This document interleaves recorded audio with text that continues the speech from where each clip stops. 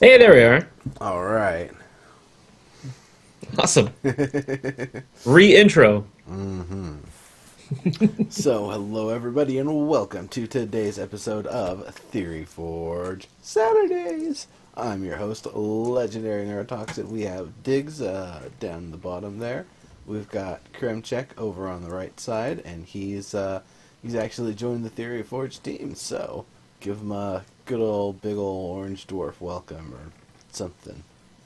Good old big old welcome. Good to see all you folks in chat there, and we got a little bit of an interesting thing to talk about. It's kind of a contrast to the last episode, which was kind of talking about NPCs as just kind of being flavor text distributors, and now the reason why it's kind of the opposite is because Kremchek has gone back to playing WoW, which we're Mm, like, why? But I'm sure he's got some good reason. So.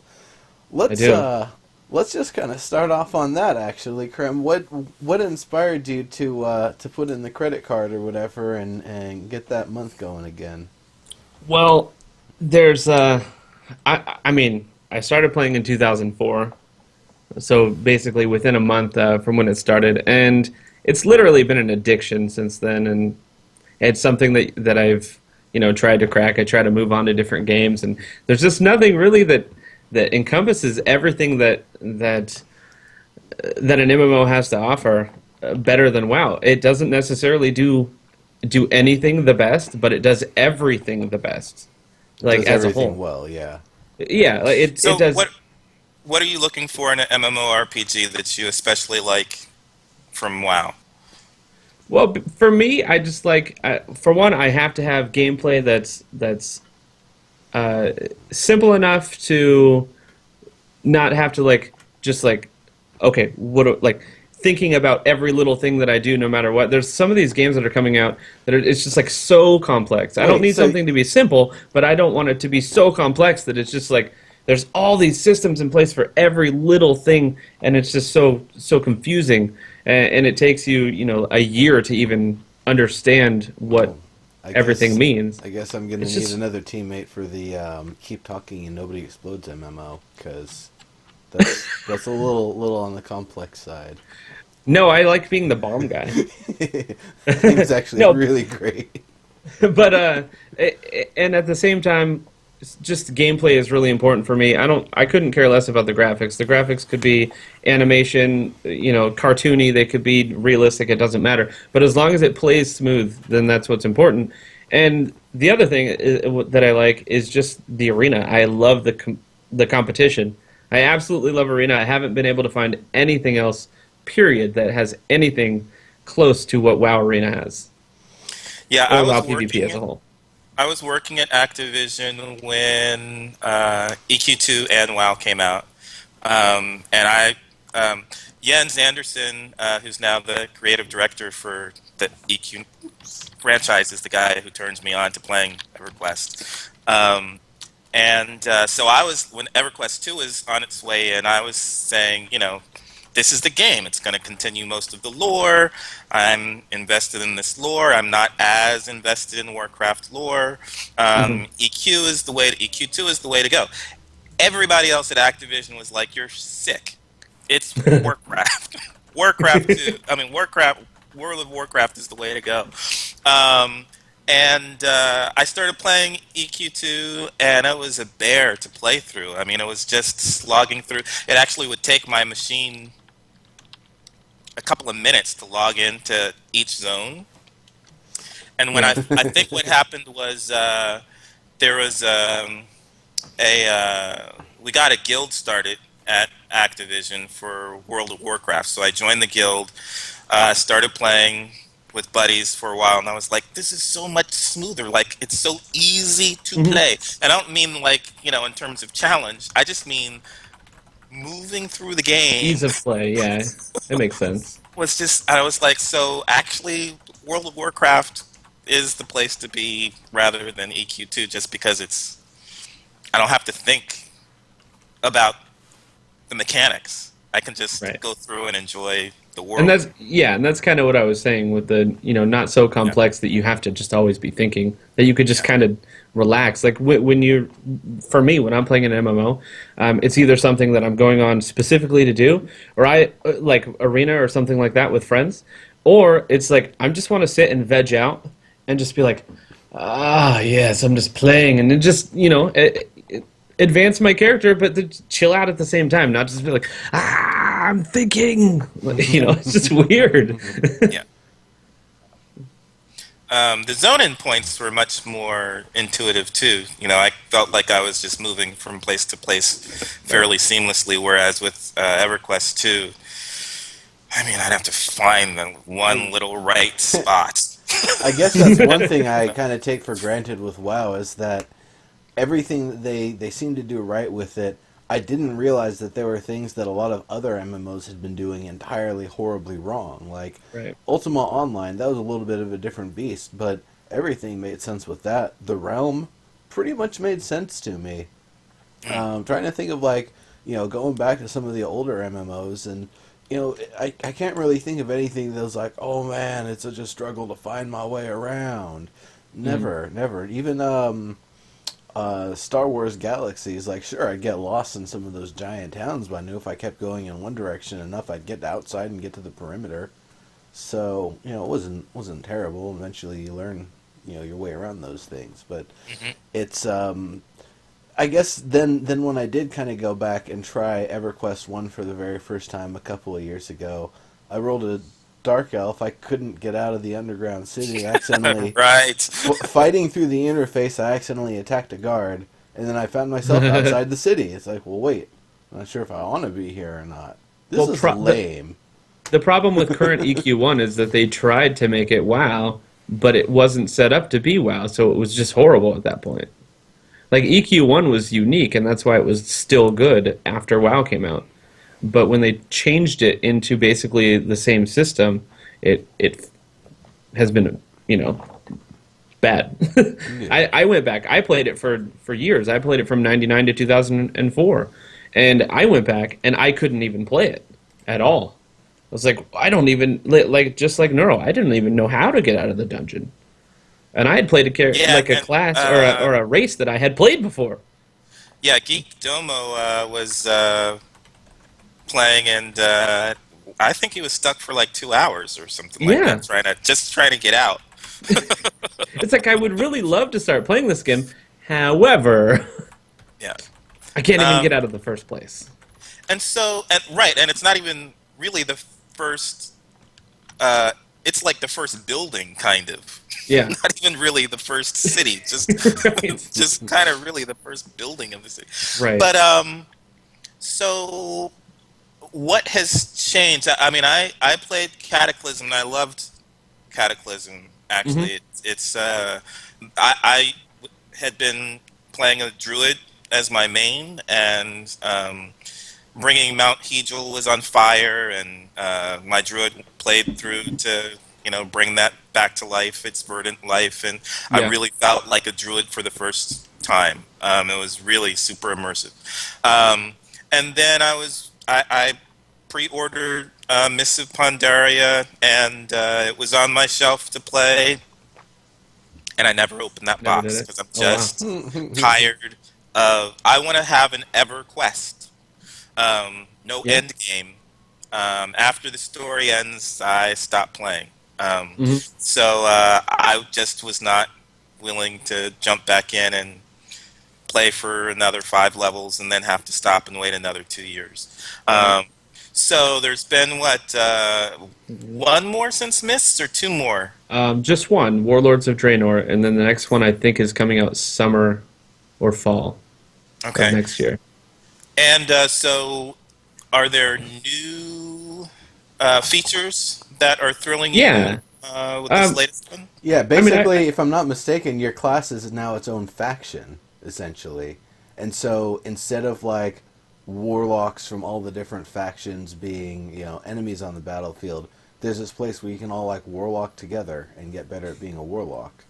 Oh yeah, so that would be I can't remember the name of it, but it's like you test your metal kind of to make you a better warlock or make you better at your class or really better at your role. So if you're a paladin, you can choose, I want to be better at healing, so you go into, this special thing that tests your healing basically, and keeps sending stuff at you until you're better at healing.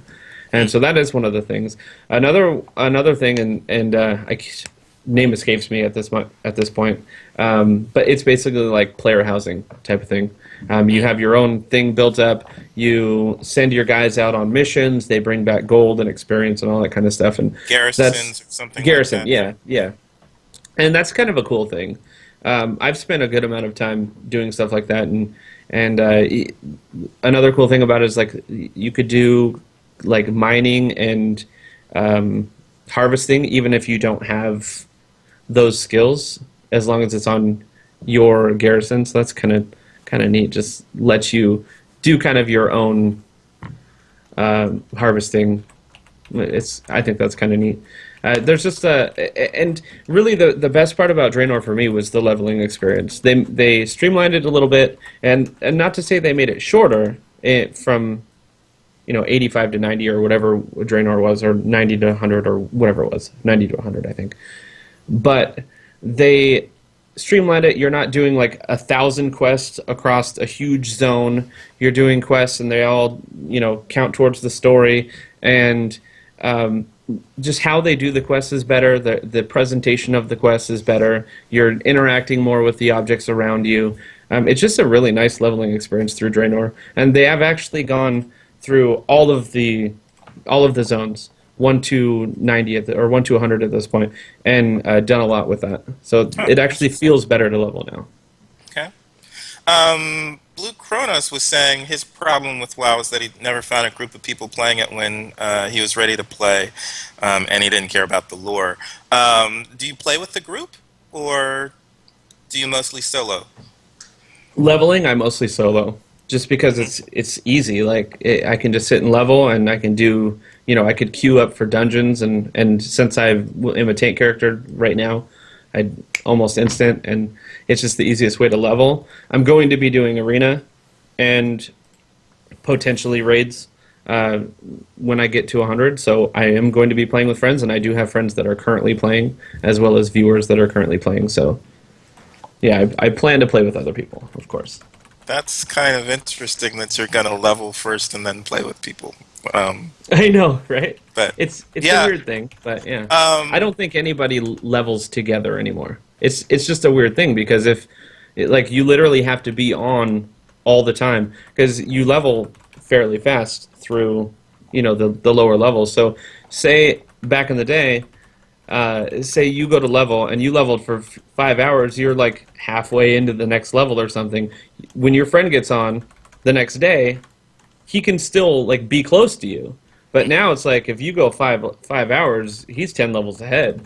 Huh. And so now you can't even play together anymore. Crazy. So that's why you really don't play together until you get to 100, really, I would say. Yeah, I mean, that was one of the new things I started hearing right when Neverwinter Online launched, or maybe it was even in beta, is when I first heard the concept of the game doesn't start until end game. Right. Like, what do you end game means that's the end of the game. That's when the real end game is. It's when you finish leveling that the game really starts. I'm like, what? End game is a really weird term. But yeah.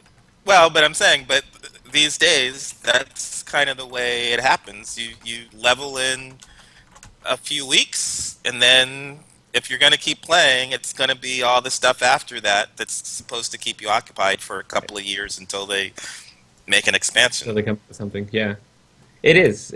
I mean, I don't feel like any of it has, any game right now has a true end game, because obviously, like you said, end game is when you stop. Yeah, it's when you're done. I mean, that was when I won WoW. Basically, is when I stopped playing. It's like, you know what? Right. I've done Molten Core for a full year. The one schematic I need to complete having all the Gnomish and Engineer hasn't dropped. So, that's over 1 in 255 chances, and it didn't show up. I'm done with this game. Screw you guys. Screw your RNG. Screw your expansion, grubby money grab, and screw the fact that you guys later basically, continue to give up on balance in so many different ways. The first thing giving up on balance, of course, was, oh yeah, both sides can have paladins and shamans. Like, well, why do we even need two separate factions anymore at that point? Like, what's the point? What's the difference? It's, I didn't like that when they just gave everybody to everybody. Yeah. It doesn't make sense. I'm glad I quit when I did, because I think I'd have just been grinding my gears on something that I was just spiteful about. Yeah, probably so. I think one MMO though that does it well is Guild Wars 2 when it comes to quote unquote end game, because they don't even say the game doesn't start until you get to your max level. They say the game starts, like end game is now, like everything is now, because everyone wants quote unquote end game, so that's kind of Well, a hot button term. It's like end game is now. That means that you can actually start playing the game now, and that's what they kind of want it to be. And they have what's called a living story in Guild Wars 2, where you actually just continue to advance the story, and it's not something that's coming out once every year and a half. It's something that's coming out once every week or couple weeks. Okay.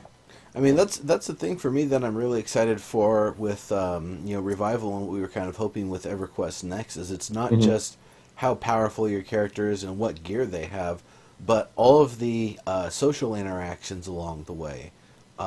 You spent so much time in that town, even though you weren't power leveling, you weren't really advancing that quick. Everyone loves you, so whenever Right. you need, so later on in your career, when you need to set up shop and be the crazy necromancer that's like experimenting on people and stuff, they're not going to suspect you as the person that's like snatching people out of the town if you're going to do like a full 180 on them. Right. But that sort of thing. The idea that it's all of your interactions are just as important to your character's progression as your equipment and your level and your skills. And that's one of the things that, I can't just harp on WoW for not having that. Most games don't have that. Most single player games don't even have that. So, it's one of those things. I know it's a lot of data to track, and I know it's a lot of coordination between the tech team and the story team and the, whatever art design or whatever that's actually implementing the story and making it happen. And there's a lot of moving parts, but that doesn't mean it isn't worth doing. And it's something that really will, because most of the time, it's just a plus minus sort of thing with faction. It's a sum of all interactions, not a product of each individual interaction. So as a sum of interactions, either kobolds like you or they don't like you. It's just a binary sort of thing, or there's different levels of how much they like or dislike you, and it really doesn't boil down to anything or really mean anything. And then even further than that, there's no like saving one of a faction that doesn't like you, and even though that faction doesn't like you, there's that one dude that's like, you're cool in my book. If you're ever like in trouble in our lands or whatever, something, smash this stone and I'll appear in front of you and help you guide you away or something. Right. Whatever it is. We don't really get any of that. So that's one of the things for me that, like I said, I can't just harp on WoW for not having it. Most games don't have it, and that's why, that's kind of the barometer for me. I guess that's why you don't play most forward. games, right? Yeah, that's why I don't stick around in MMOs too long. I mean, I think the one that I have the highest chance of continuing to go back to time after time at this point is Defiance, if they're going to keep the TV series going in-game. I love the gameplay. I love the gunplay and the driving around and being scaled to the difficulty of events so you're never, like, behind and out of level or something. That to me is great. I'm just looking for something casual until the real big kid stuff comes through, essentially. Yeah. Yeah, Krem, are you waiting for I'm thinking, since I know you from Landmark and EverQuest Next, that you'd love to play EverQuest Next. Are there other games other MMORPGs that you're looking forward to playing? Really, I'm looking. Of course, EverQuest Next is probably the biggest one on my list. Potentially Star Citizen, The Division, which I guess will probably count as an MMO. I don't know. I don't even know anything about The Division. Yeah, I think it's going to be MMO. But it's those are probably my three. Those are my top three games coming out that I'm really Have you looking forward to. been? Do you have a ship in Star Citizen yet, or are you waiting No, for? no, I don't. I don't know. We were I'm actually waiting. just talking about Star Citizen last night, and I don't want to put words in Krem's mouth, but I think at least where I'm at with it is I just wait until I'm at a point where I can really trust the game. Want to see it Yeah. succeed, and hope it does well, and hope it does everything everybody hoped. But at the same time, there's a good chance that it won't, and that's why I'm not going to get too invested in it. It's gonna, I wouldn't want it to be another EverQuest next. I'm already hurting from the last one. Right. Yeah, I'm pretty much in the same boat. But I wanted to touch on something that Dig said in chat here. He said that, let me scroll up a sec. RPGs aren't really designed for PvP or having classes balanced for PvP. Well, that's true. Our typical RPG wasn't designed for PvP. When you make a world that a whole bunch of people get to be in, it's only natural for people to want to fight each other. So that has to happen to make that world feel good. Because Well, it doesn't feel good if you I have a think world where no one can fight. I think hardcore gamers, right, where they're focused on competition, right? Yeah. If people are coming from Doom and FPSs, you know. Okay, but I'm not going to say there's any way I would go from Doom to Ultima Online and be in any way satisfied. It's like, all right, I was running around with like the pitch already being adjusted, just shooting demons and all sorts of other crap with this giant array of weapons. And John Romero just released another original Doom map like last week, apparently. He's still working on the game. Yeah, but I guess I'm saying, it's what I was going to say is like the transfer for that. Yeah, there's the competitiveness, but I think for that era in particular, most of the like twitchy shooter competition ended up going like Unreal, Quake, and Counter Strike. Counter Strike basically is like one of the, still is one of the kings of the esports genre. I'm not even going as far to say that, it's the competition of gaming and hardcore gamers. I'm just saying if you put people together in a world, they're going to want to fight. Period. well, There's going to be a reason to fight. In real life, in games, there's always going to be a reason to fight each other. So when you but cannot fight each other, it's unnatural. that didn't happen in tabletop RPGs. What are you talking about? There's always that dick thief that wants to steal from you while you're sleeping, and like he and the DM are passing things, and then you're asked to roll for a check like 2 or 3 times. Like, wait, I'm sleeping. You two are talking. I'm going to do an item check as soon as I wake up. That might that You that know. might be in your generation. That didn't happen very often in my generation. No, my generation were dicks. Yeah, we're dicks. But I'm saying, but I think it's because of the video gaming there was more of that competition type stuff going on. One of the interesting things I wrote about this in the revival forums the other night, though, too, is that the concept of what good is was very different in my baby boomer era. We were fighting against the Vietnam War, so being a peacenik was very important. Hippie, communist, the hippie communism lifestyle. Everybody get along. Even our superheroes, we had the Comics Code seal of approval. So Batman can't kill, Superman can't kill. Wolverine came along in the 80s when he joined the X-Men. He started killing people left and right, which blew our minds. Yeah, And and even Batman's killing again. well, Yeah. and then at that time, the powers that be made the writers make it so that in later I want to say episodes, not episodes, but in later issues, the writers were forced to write that he didn't actually kill anybody. They were recuperating They were badly maimed, but they were still alive because heroes couldn't kill. Jean Grey became Dark Phoenix, and she killed 1 billion people. They had to kill Jean Grey, and so the concept of good and how we're going to react is much different, I think, before that, Yeah. and then after, where Wolverine and your heroes can just kill left and right, and you know that's not as big of a deal. So killing each other and all that stuff is, yeah, I think that's part of that video game era has changed. I mean, I also When I think also back to, we don't want nobody necessarily wants to be a hero anymore when they're playing a game. Everyone wants to be the villain because everyone wants to live out these things that they can't do in real life. Not everyone, Well, but not a lot of people. necessarily. I mean, When I'm there's- playing a game, it's funny to make bad choices because I try to make good choices in life. So it's like I want to make bad choices because it's hilarious. I want to kill people, and it's because it's funny to me when it's in a game, of course.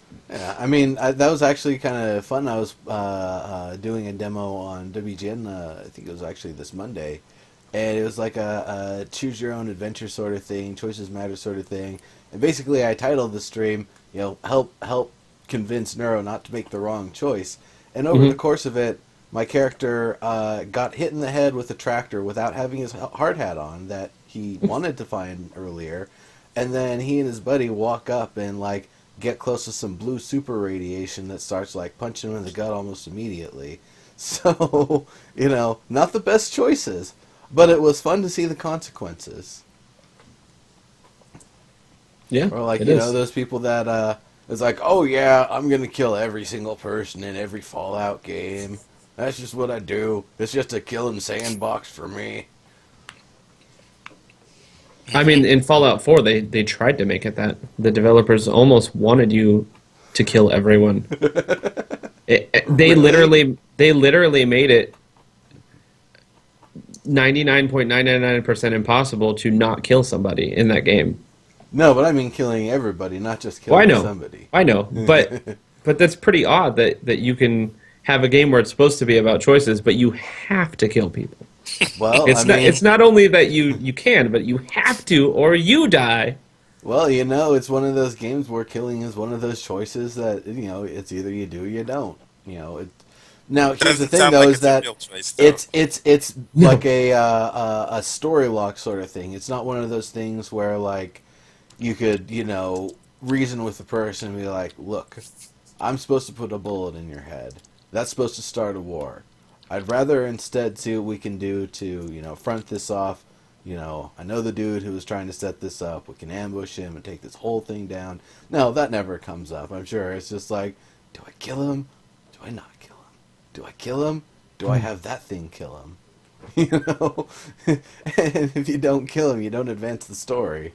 So, Yeah.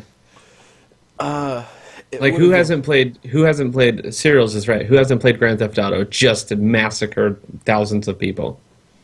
well, There's times when I come home, or when I came home from work. I don't work right now, but when I came home from work and I just wanted to kill everyone there, then I decided to kill everyone on the game instead. It was great. For me, it was the blow comedy people's heads of off. It's how awesome. over the top it was in San Andreas that you could get so good with your bicycle that you jump like 10 feet in the air and you hit someone moving full speed and just like this streak of blood comes off the tire. Yeah. You've killed them. It's like, this is a bicycle. I'm on a freaking Huffy dirt bike or something and I'm murdering people in the streets and jumping like some sort of ninja frog. So, it's just the ridiculous. For me, sometimes it's just like, how far do the mechanics actually let you go? Like, how funny and weird do they actually get?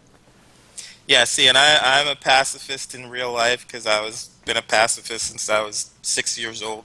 One of the stories I told is that I remember when Nixon was up for a second election, and I was 8 and saying, "Don't vote for Nixon. He did not stop the Vietnam War in his first term in office."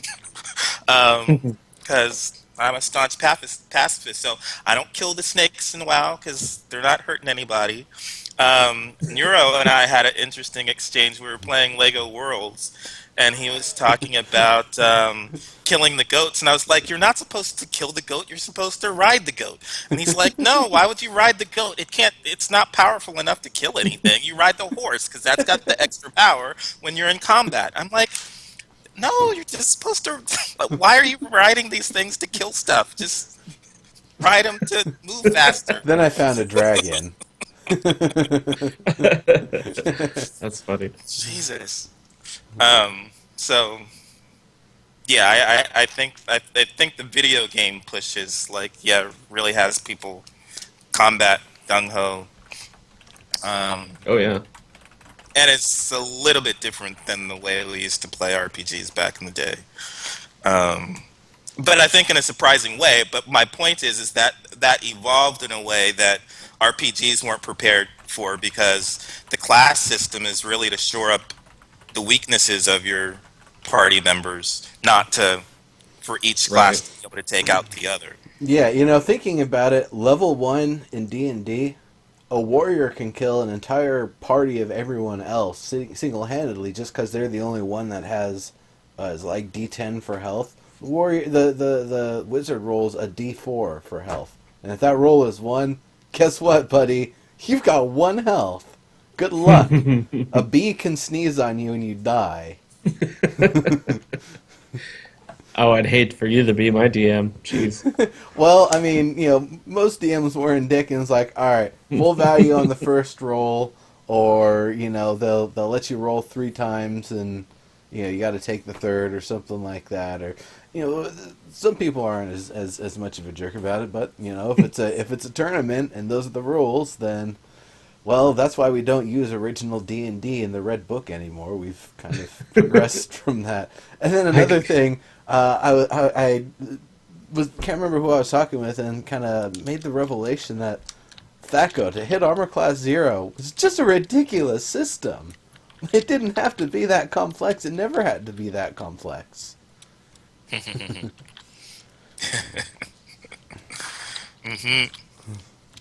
It's like, and then what happened thereafter was, all of the games that want to do things in the style of D&D, like Might and Magic was a big culprit of that. They were using, without even explaining why you started armor class 10 and why you want it to go lower, that stuff was just ridiculous. There was definitely a period in the like the late 80s, early 90s where you just saw every game doing that. Hmm. Yeah, pretty much. Most of the RPGs are trying to mirror D&D. Then they had the they're just trying to standardize the system too. Finally got up to the D20 system, I think. That really happened with third edition, though. I think. Yeah, third edition's when they started getting more D20 heavy and trying to get away from using all the different dice for all the different things. And then fourth edition, it was really like you only needed the other dice for damage rolls, essentially. I'm guessing Revival will be fifth edition D&D when we're playing in the taverns. No, I don't know about that. It's it should be interesting to see. Let's see. Fourth edition is WoW on paper. Nice. I mean, third edition was kind of moving towards that too. Third edition was reminding me probably of EverQuest. I'll say though, fourth Uh-huh. edition, I saw a huge contrast. The warrior became a lot less amazing as compared to the wizard. Spellcasters not having 1-2 spells that you can use before you have to rest, which is also funny because I remember that influenced the original Final Fantasy. You only get a limited number of castings before you rest, and I thought that was silly, but it also wasn't explained very well in that. But now it's basically, oh yeah, you've got your spells that you only get to use once a day. You've got your spells you only get to use once per battle, and then you've got the ones you can just spam. And the ones you can use once per battle are ridiculous, and the ones you can spam are still really powerful. So, and then having a lot more range of resistance stuff that you can try to challenge your opponents with. So, versus their armor, versus their willpower, versus their dexterity, etc. the range opened up a lot more for spellcasters in fourth edition, and I feel like that was to the detriment of close Bastion types. Hmm. Yeah, I mean, we didn't play enough of Sword Coast Legends, I guess, to get a feel for what that's like in 5th edition. I haven't played any 5th edition other than Sword Coast Legends. Because all RP games are about combat all the time. Yes, DOP crew, they are. Let's play a role. Yes, play the role of the village badass, who's apparently the hero in the prophecy that has to go and kick over the evil thing at the end. That's right. That's RPGs. No, it's. I always feel like a play on words needs to occur at some point. When we say role playing, is it, well, do you mean ROLE or ROLL? Because if it's ROLL, it's just roll the dice and kill people. That's kind of what they are. Yeah. Yeah. All right. So, was there anything else WoW related that you guys want to talk about? I think we pretty much covered everything there. I'm wondering if Kremchek is interested at all in Crowfall. I am interested in Crowfall. I haven't seen too much of it, but what I have seen, I've liked. I'm very interested in Crowfall. I want to see where that goes. I've been thinking I would not be interested in Crowfall. They have, and I don't really even consider it an MMORPG, and I forget what they had termed it before, a throne sim, War MMO. throne, yeah, something. And they had that analogy of playing a board game and wanting to keep resetting it each session so that you're not spending years playing the same one game of doing it as a campaign with a finite start and finish rather than seasons don't matter and don't even exist until it's Christmas. Yeah, so it's not like playing 5 years of Risk or 10 years of Risk, just one game. And it's not really thrilling me, but now that we've been playing Talisman, I didn't think I'd enjoy. I'm not really into board games very much, but I've been playing Talisman pretty obsessively, mostly being driven by the achievements there. So I've been wondering, rethinking whether or not I should look at Crowfall and try and give that more of a chance. Well, I think the other thing about Talisman is like the pace of it. You really get to think over your stuff. In Crowfall, but by the time you've sat there and thought out your move, the building that you're in has been leveled and you're already dead. So it's Right. it's kind of a tougher situation there. I definitely, and that was the thing that I was really happy to see with you, Diggs, kind of coming out of your shell when it comes to PvP and competitive interaction. That while it is in the context of role playing for you, you still do have to fight with us, or in the context of the barmaid, try to get us drunk and steal our items or make us lose turns. Well, I was not really trying to do that with the barmaid. It just, the opportunity I kept presenting itself and you took it. I did not. I did not. I actually thought of her interactions as being more positive than negative. It's just that the roles that happened to take place ended up being more negative than positive. And I really actually scaled back. I was planning to just tag along with Phantom X the whole time and try and boost his gold against you, but he kept rolling. And I was like, I'll just leave him alone. I'll just leave him alone. But I like the indirect PvP of that more than I like the PvP. But even more so, one of the things I like about Talisman is I'm usually going after an achievement. So even if I lose, it doesn't really matter whether or not I win or lose the game, as long as hopefully I got my achievement taken care of. So if I can end up being the strongest or the most intelligent or whatever my achievement goal is, That's a win for me too. So this is Diggs not only being competitive but also chasing achievements. Like that's the most Well, competitive I've ever seen you in a game. but I'm not. Achievements isn't competitive. So on the Bartle scale, I'm explorer, socializer. My achievement, I think, is 47%, but my kill is 0%.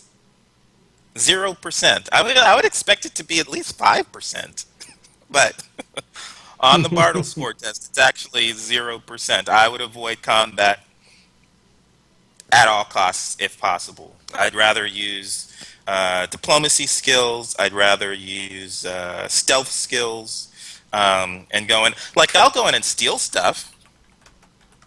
I just don't want to kill people or animals or plants.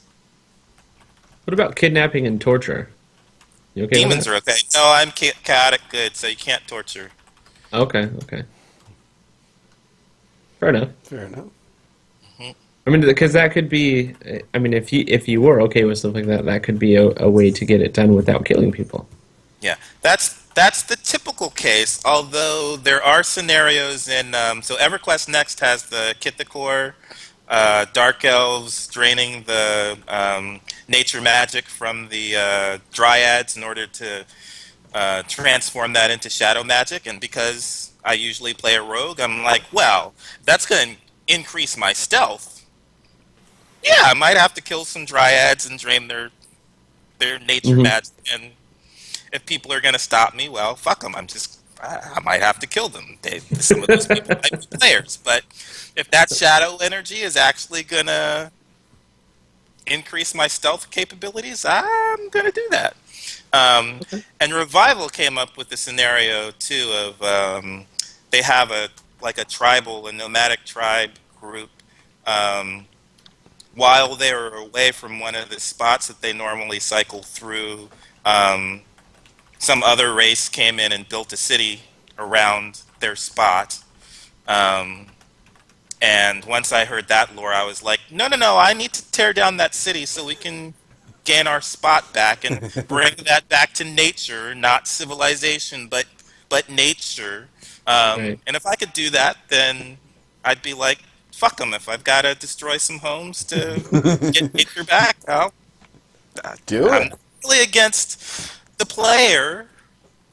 They just happen to get involved on the wrong side. I mean, that's just Yeah. what. And that is Fair enough. that is kind of what the the Storybrick stuff for EverQuest Next really was, kind of making people excited about the idea that Right. there's these long engagement. It's not like a battle that happens overnight, but this is long, large events that are happening over a period of time, and the thing that it doesn't really matter what side you're on. You're going to be, progressing someone's agenda and, building your own reputation in the process. Maybe being guided along by a copy of a magic book by some god that is your journal and everything, or maybe just kind of acting on your own will or helping your buddies and being like, shut up, book. I really do like that idea of the row song, and that's kind of what I was saying about earlier, between that and the tag system and Revival. The idea of every interaction really truly mattering is something that I just really am excited to see it when we start to see it come around, but still not quite here yet. Yeah.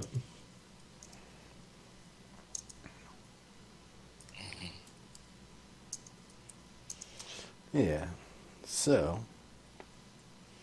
why did they cut ties with Storybricks?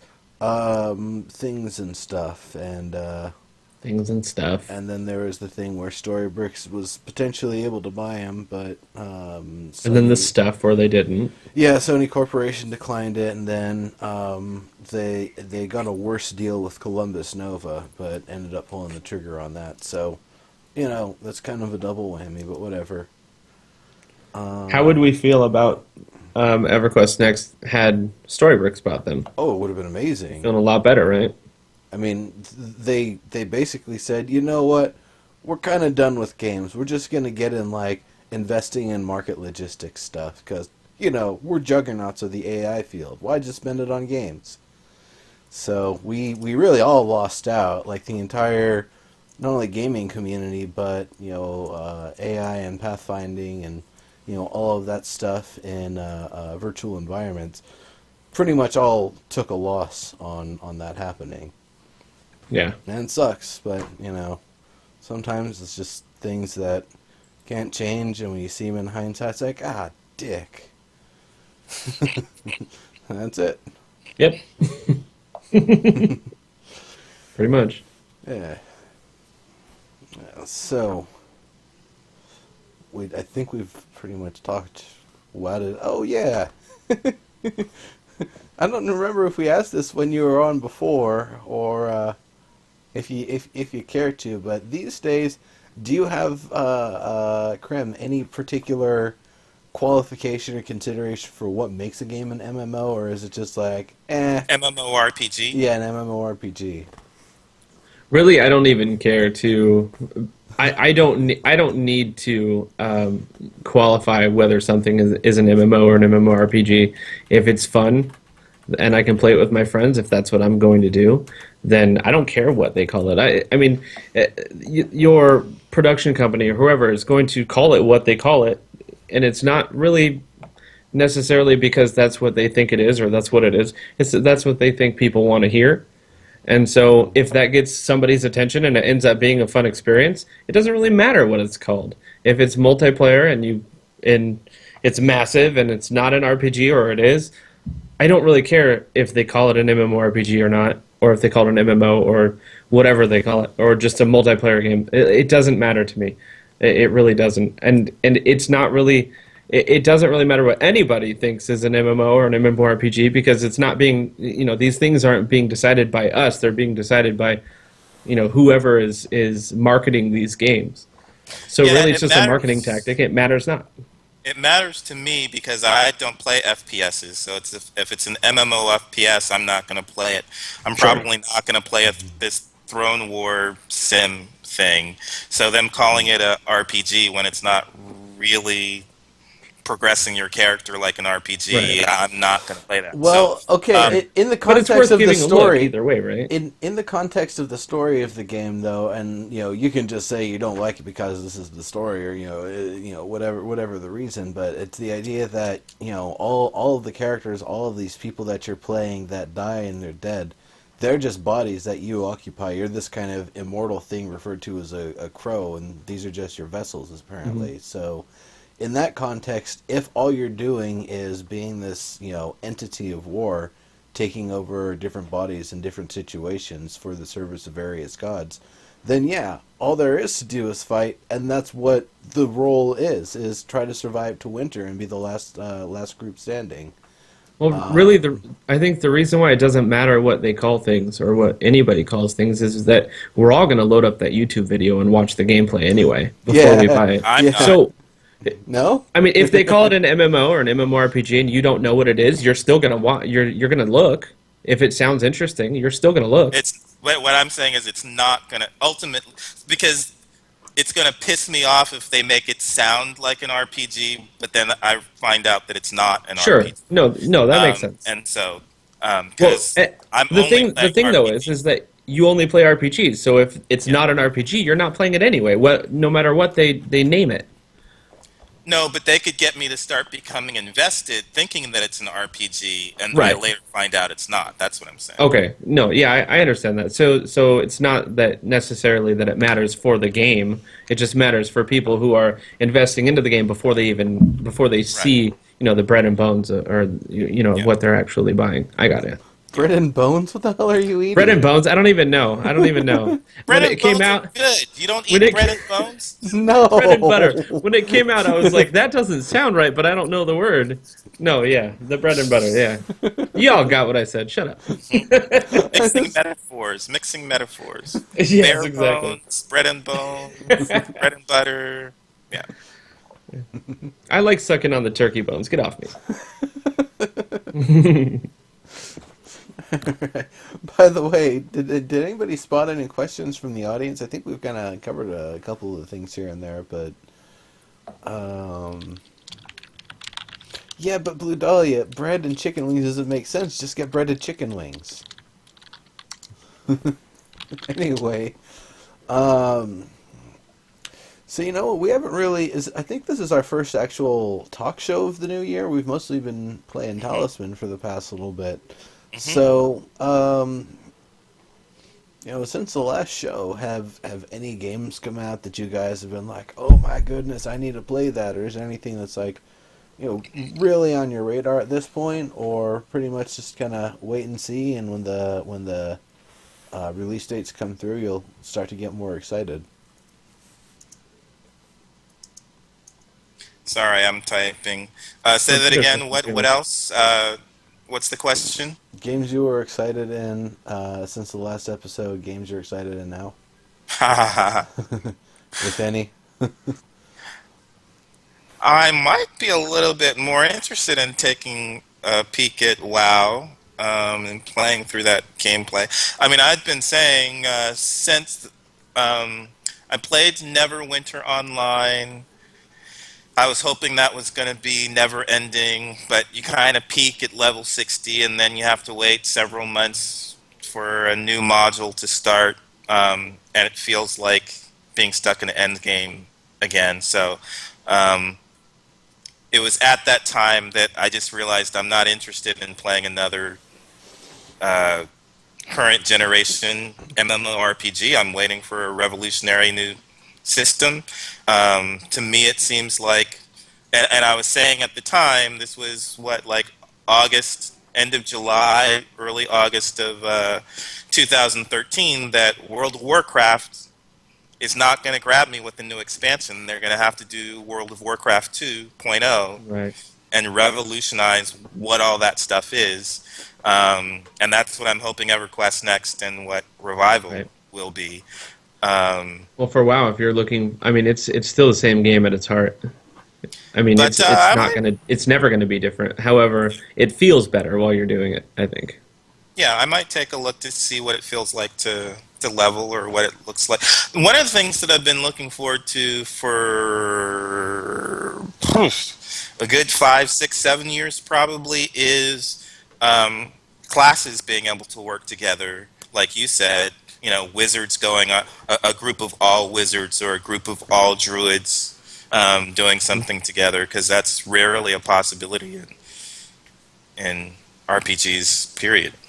It's usually not a good idea. Like, Right. it was kind of a challenge thing in the original Final Fantasy. Oh yeah, beat the game with all fighters, or beat the game with all white mages, or beat the game with what would be the most obscure one to beat? Four I black think belts. white Probably mages would be pretty weird. probably four thieves, because the only thing you're really good at is running away. Other than that, like, that's the only reason why you grab them. Otherwise, you use a fighter. That's the only Right. reason why you grab a thief, is because they can run away. Basically, 100% of the time. Yeah, but yeah, that's kind of what makes it a little bit fun to try on those challenges. Of course, it takes long enough just to play through the game normally, anyway. The problem with all classes, it's kind of like a weird balance thing. If all classes are becoming the same class, then why have them to begin with? It's like if everyone can do everything and you can all Yeah. like I Well, don't. I'll give you this then. That's probably why I've got more of a preference towards a system where you get better at the things you use, rather Mhm. than this rigid class thing that, oh yeah, all I do is shield bash and Fair enough. head stab people, and that's all I need to do to kill 95% of stuff. Yet for some reason I learned this thing that I make myself more vulnerable but do more damage, or all these other crazy abilities. No, just make me better at my shield smash and my head Right. stab. No, yeah, That's I get that. And and that's also like I think of Ultima Online. It did a really good job with things, because there is a limit to your attributes. You would only get them to a certain point, and then it's like, I want to lose a little bit of this one and gain a little bit of this one, but you would never go above a certain amount. And then there was the same thing with the skills. As you would get better in certain things, other things would start to degrade and diminish. So you can never be the master of everything, for one, and for another, there's actual specificity with your attributes towards the things that you're planning to do. It's not something where you just constantly building attributes and building skills, and there's no detriment for not using things. And I guess the other thing with that is it's kind of a slight vertical progression when you only start with 60 out of 100 stats or something like that. It's definitely that power climb from 60 to 100, but once you're at 100, you're done. Like it's not end game now so much as now that you've gotten 100 in all of your attributes. Now it's time to start tweaking and fine tuning for the things that you really want to do. Mm-hmm.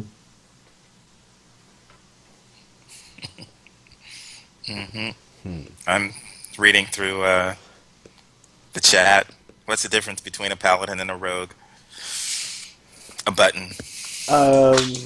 Yeah.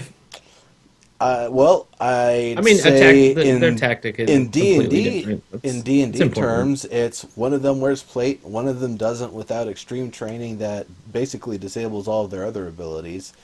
And then the other difference is one of them's restricted to lawful good, and then the other one can be whatever they want. So, that's other than that, then the rest of it's just how the attributes play out. But that's not an ROLE role. That's an ROLL role sort of thing. Right. Well, I think a paladin also is focused kind of on protection, and not only of themselves but of everybody. And obviously, a rogue is kind of a lone guy, cares about himself. I mean, Robin Hood was a rogue for the people. Sure. No, it can go both ways. In fact, I'm just talking generalization. Robin Hood was better than a paladin because a paladin's going to always follow the status quo versus, unless they've truly been proven beyond any shred of any doubt to be, in service to some demon, versus, anybody else. It's like, well, it might be vigilantism, but everybody's behind me and nobody likes that guy. It's a little bit of a different, but yeah. And I agree that it can go both ways, but generally, one is one way, the other is the other way. There can be, there's obviously exceptions to every rule. Well, usually a rogue is going to be fairly solo because they're supposed to be the ones, especially in D&D, going out and mapping out the area, disarming the traps before everybody else gets there, maybe taking a little bit of peeks at the treasure, but unlocking doors and stuff. So even when he's helping other people, a lot of his time is spent solo because his role is to go out and do recon. Right.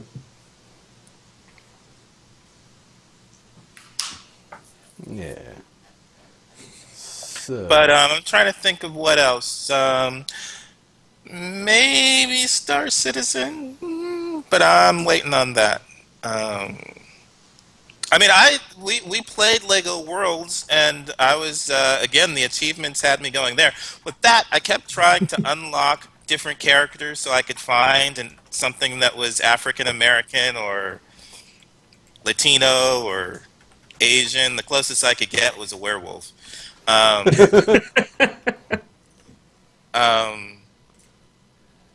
So I'm thinking maybe there's other stuff that we might find that we'd enjoy playing together.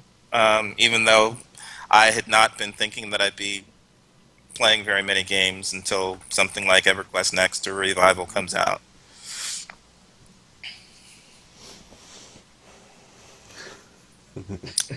You've got to be looking forward to. You play almost anything in your own. Yeah.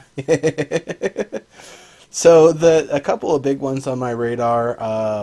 Actually, Elite Dangerous Horizons. I'm waiting for that to get better because I like the idea of the full experience, going from spaceship to on foot, blasting things around, harvesting stuff, and then bringing it back to my ship and getting the hell out of there before explosives that I detonated go off or planted go off. So there's that. Definitely yes. No Man's Sky, Worlds Adrift. No Man's Sky. I'm partially it's just the technical experiment of it that I'm really interested in, and seeing what totally procedural everything looks like. Astroneers definitely looks like fun. I need to go back and play Planet Explorers. I don't know if that's finished yet, but Worlds Adrift is. Yeah, you already got all of your seasoned practice in for that game with Landmark, Yeah, pretty much. and Castles and Crap Shacks or Yep. whatever the name of that one was, Content and because creation that's all you towards did. the end. Yep. Well, That's all you did was the thing zip for around me on, is like Spider-Man. taking the idea of Landmark but putting it with floating islands and airships. That's what I'm looking for with Worlds Adrift. That game just looks so amazing. Everything I Yeah, that see sounds fun. about it just looks like so much fun.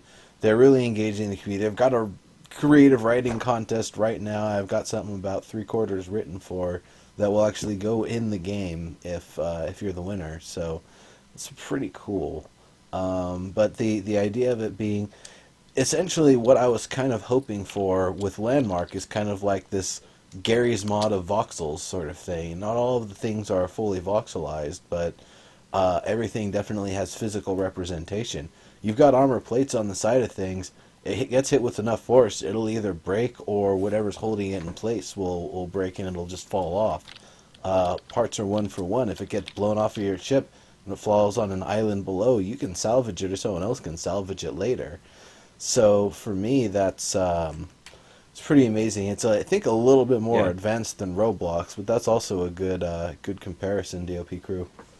Um, Gary's mod of voxels, yes. Uh-huh. And Yeah, that's I was looking at Worlds Adrift Thursday, Friday, and wanting to be able to download that um, because Landmark is great as a builder. I'm not a great builder, so it's not really, thrilling me at the moment. I'm there for the RPG elements of it. Um, and it's great going from museum to museum, standing around and looking at these awesome builds. But I want to do stuff. Yeah. And with Worlds Adrift, you can build something and then fly it. You can It kind of makes a do lot of stuff. difference. Yeah. yeah. Yeah. So Um, actually we have somebody Oil from the Landmark community. He was building some of the most amazing spaceships, but they would oh, just sit there yeah. and you'd have switches on them. You walk to a certain point, the lights turn on. Things that look like turrets that'll actually rotate up and down, and all sorts of hatches that open and close in different ways, and just the Hmm. most amazing things that you just sit there and go, wish there was more I could do with it. So that's what Yeah. I'm really excited for with Worlds Adrift is we're going to be doing stuff. You build that Oil's ship, definitely get ready to fly it. Oil's gonna Yes. have to get in there. It seems like the PvP is fairly active. Yeah, I mean that's what I saw from the people. I mean I don't know. That could just be a demo, but it seems like people were already in, or it was already possible to be in and shoot people. So being able to jump onto an aircraft and fly around from place to place and sabotage and um, steal parts and defend, or all of that stuff seems like that's great for role play. Yeah. For sure. So Yeah. I mean, I don't know how that's easy it is to get a key. well, right now Worlds Adrift is not really available. They're doing some very limited play tests, but I think the studio's in Europe, so if you're not out there, you're probably not going to get on any of these early ones. But if I'm not mistaken, it should be coming along later this year. This is Bossa Studios. They've made a lot of fun, good stuff in the past, and seems like they've been working at it at a pretty good pace. I was first introduced to it at E3 last year. It was a little special trailer that they had on a tablet, and I've been following and seeing where it's been going from there, and just seems great. The thing that's so interesting to me is that part of what makes the game even possible is that it's this really kick-ass indie studio who can make great stuff, partnering with a server company that's like, we want you guys to help us flex our muscles. You're going to be like the oil on our Herculean body as we flex our might and show how powerful our servers are. So it's a great deal for both of them, and I think it'll turn out to be one of those games that I don't know if it'll explode with ridiculous popularity and have like millions of people playing it, but it's a game that people will continue to go back to and keep on playing for a good long time. Hmm.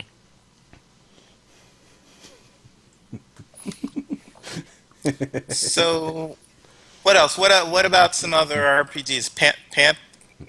What am I thinking of? Why Pantheon? was I going to say Pantheon, Pantheon? yeah. Yeah.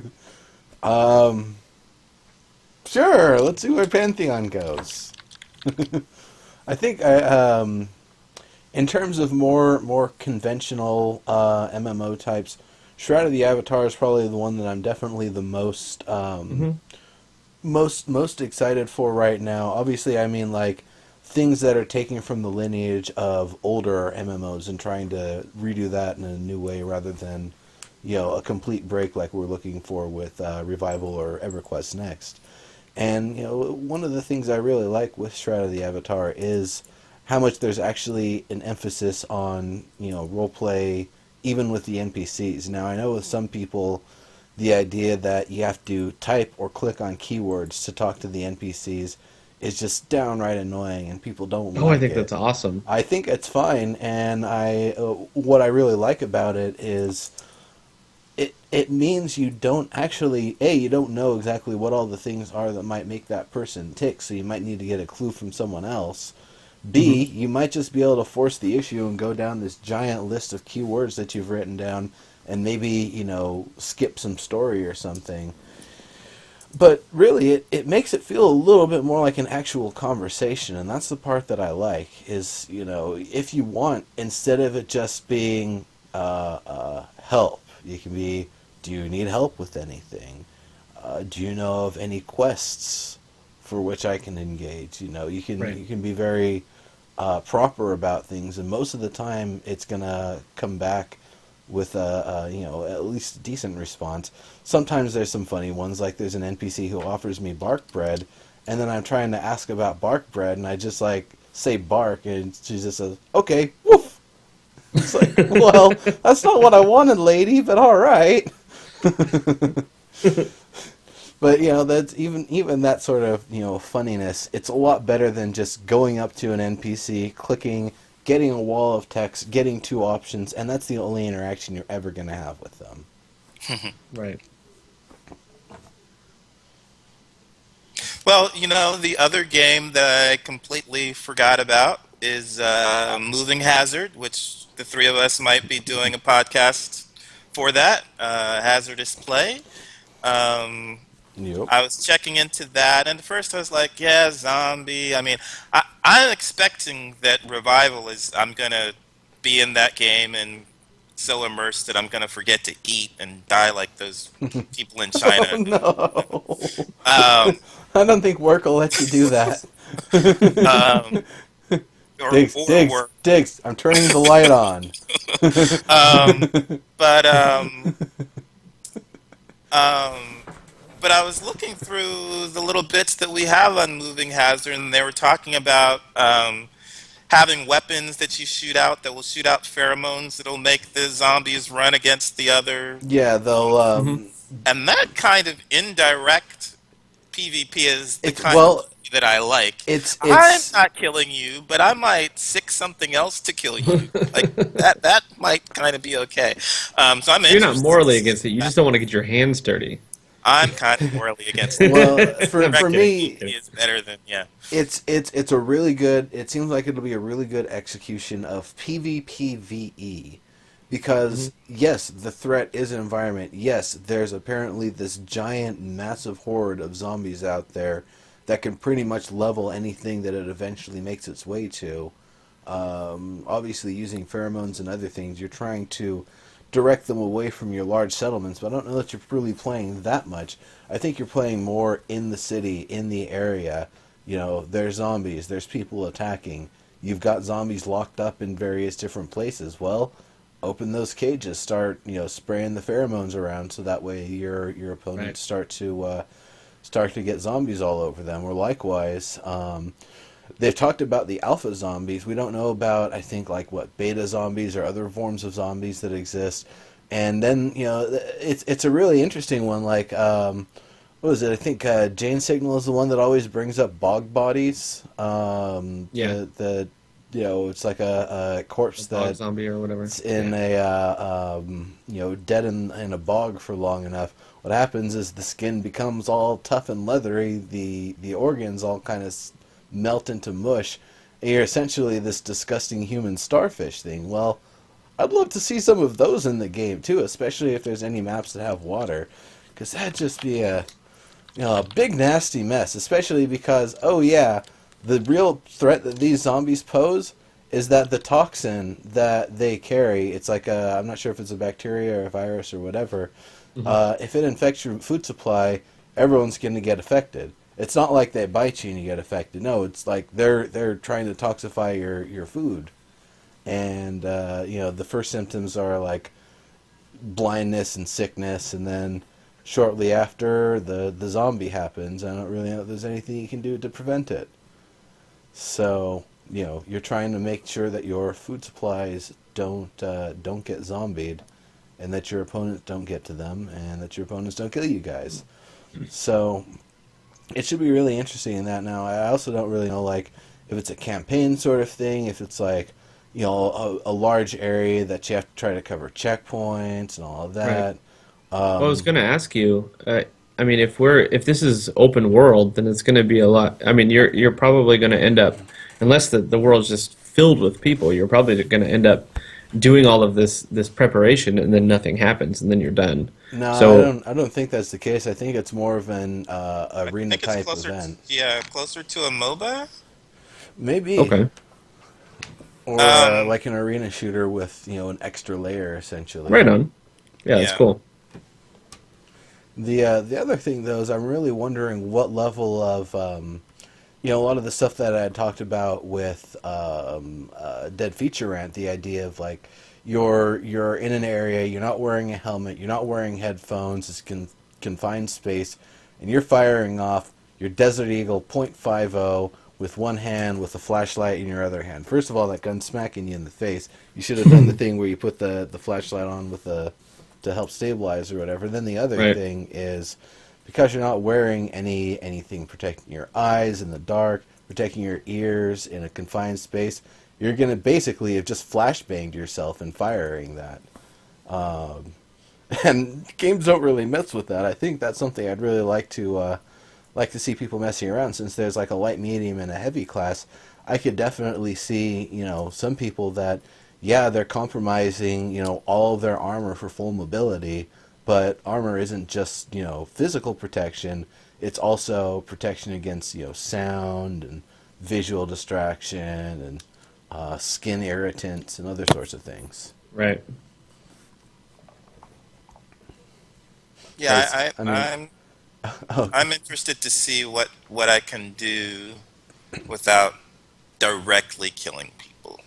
That it's a more I was gonna say more intellectual, but it's like a you know more for the strategy elements Yeah. than the death and mayhem. Yeah, I can see that. You're not just running into a group and firing, spraying as much as you can. You actually have to think about how and why you're killing something, and if it's really worth it to do so. I think that's cool too. I was just talking to Neuro yesterday about like I want something tactical to play instead of something where you just like run in and you kill 58 things and you're like, I'm the winner. It's Yeah. like something where you and to play with friends and everything, but something where you all have to sit and think about, okay, what are we going to do here? It's not just like one person can take over and go kill everything. It's like, okay, now we all won, guys. Yay. It's that's been done. Yeah, and I think too the other strategy that just popped into my mind is going over and spraying a bunch of bushes to get zombies to go after the bush while I run around and go do something else. That's the kind of strategy tactic that I like, rather than just mowing the zombies down Yeah.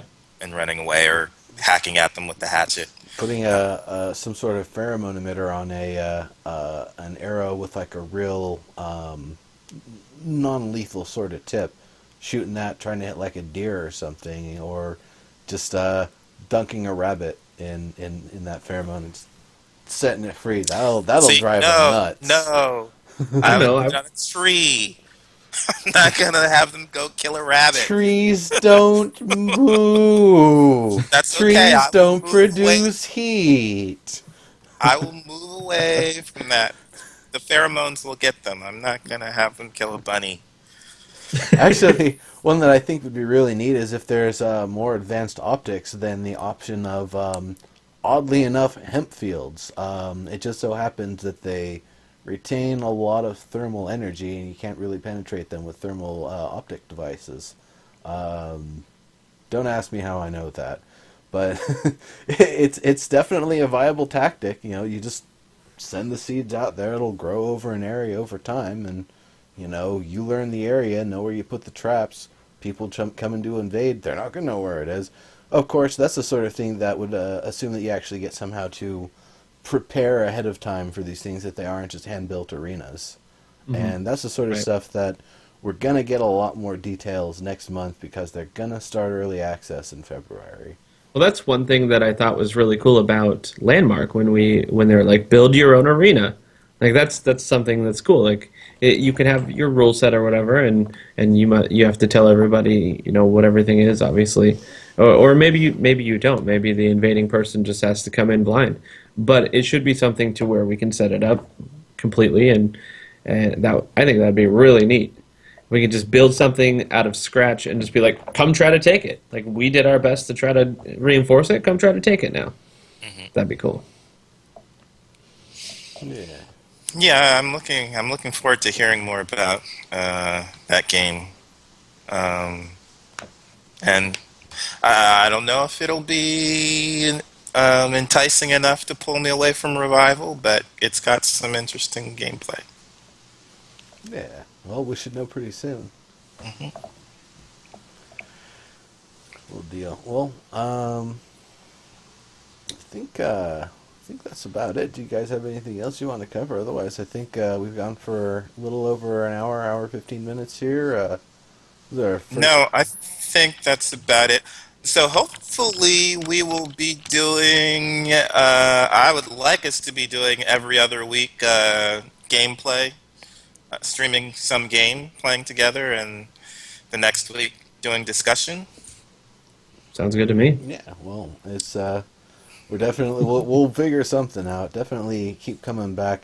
It looks like the old Friday slot we might not be using anymore. It seems like Saturday is a lot better for a lot of folks. So, it makes sense. People have their free time on the weekends. Probably have more opportunities for people to tune in instead of like, oh crap, I'm trying to watch them, but I'm trying to drive home and not die too.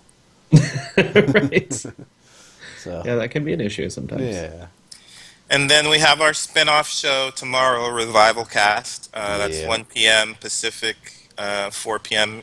Eastern. And we're thinking that we will be following that up soon with Hazardous Play. yeah, yep. So that'll be it then. So thank you all very much for coming. Diggs, great having you back, of course, as usual. And Krem, good having you on now and going Yeah, for forward sure. as a regular. Definitely. And of course, like you said, your Revival Cast tomorrow. Tune in for it.